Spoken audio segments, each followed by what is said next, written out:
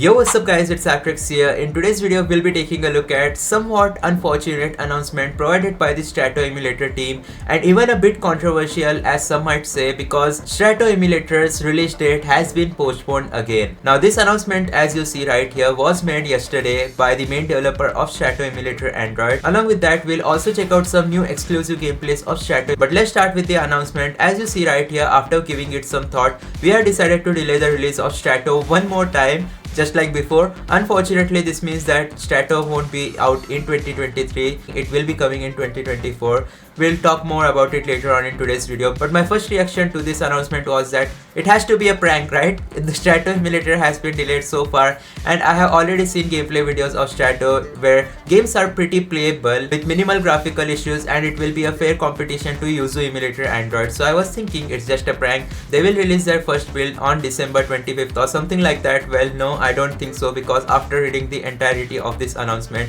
I realized that it's pretty serious. Now you might ask, what even is Strato and why is it getting delayed? Strato is successor of Skyline, as we know. After the shutdown of Skyline Emulator, they started Strato Emulator to fix the texture manager. It was being implemented to Strato Emulator, and that was supposed to be it. Afterwards, Strato would be released, but no, it resulted in a much bigger work of the texture side of GPU emulation. The developer also talks about why are they delaying this update again. We are committed to releasing something that is net improvement over what's currently available. We are not there just yet. As things stand now, the texture rework is pretty much completed, but the performance is still not where we'd like to be. Basically, the developer is saying that they don't think that Strato Emulator is completely worthy of replacing Skyline Emulator at this point. As you guys know, Skyline Edge used to provide amazing performance after the Texman update or texture manager fixes in Strato Emulator. The performance is not there yet, so they want to work on fixing the performance, improving it, and making sure that even Mali GPU Android devices are capable of emulating Switch games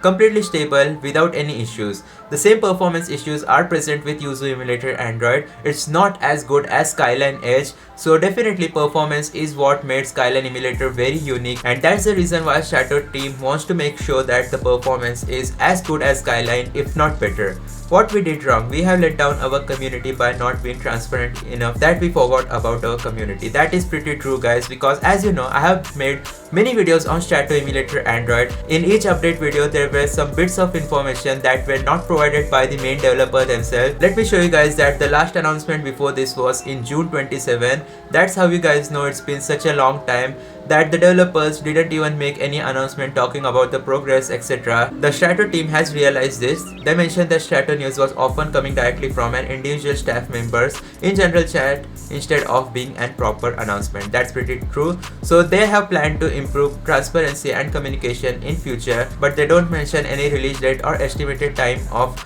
releasing Strato Emulator Android, because they don't want to let us down again. But in my honest opinion, I believe that March or April of 2024 should make Strato release possible. I was waiting and planning all the videos that I would make for you guys, but it is what it is. Building an emulator is very time consuming. We have seen that with Citra Emulator. It started in 2018 and it only became stable in 2022. We also saw with Skyline Emulator. Nonetheless, we also have this brand new gameplay test of Strato Emulator Android, which I wanted to check out. And credits for this gameplay goes to the tester of Strato Emulator, Easy on the Eyes. I'll put the channel in description box below if you want to check it out as well.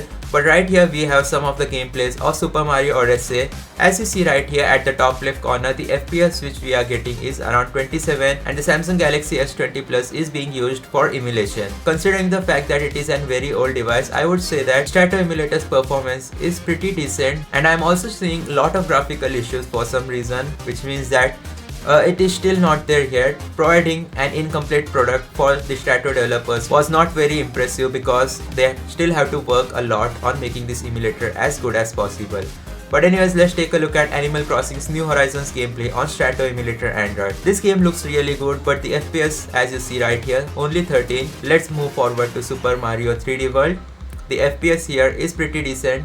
S22 Ultra was used for emulation. That's why we are getting more than 30 FPS and such high quality graphics in terms of Nintendo Switch emulation on Android. Anyways, we also have Pokemon Brilliant Diamond gameplay of Strato Emulator Android, and it still has this blurry issue which was even present in Skyline Emulator. As mentioned by the tester, unfortunately the blur issue still persists. Well, I don't think that it was this bad in normal Skyline Emulator. You can check out my Brilliant Diamond gameplay video if you want to see how well it used to work on Skyline Emulator.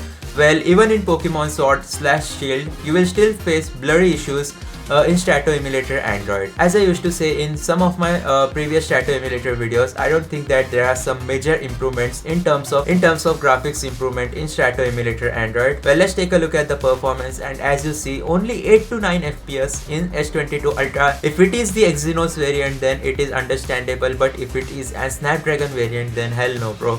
9 FPS in Pokemon Sword / Shield in Strato Emulator Android cannot be considered as playable. So here we can read that it is indeed the Snapdragon variant of S22 Ultra, which means that there's still a long way ahead in terms of Strato Emulator's development. I think we should indeed wait patiently for the completed build with great performance. It's something to look forward to, by the way. At least the Skyline Emulator project did not stop, and the developers are working free of charge, so I do believe that we should not rush them and patiently take a look at the updates of Strato Emulator, and be sure to subscribe because I keep you guys up to date with all the latest news. Anyways, we'll need to wait for a few months and then we'll get the best experience that Strato team has to provide us in their emulator. So guys, that's going to be it for today's video. Thanks for watching. Be sure to hit that like button. I'll see you guys in my next video.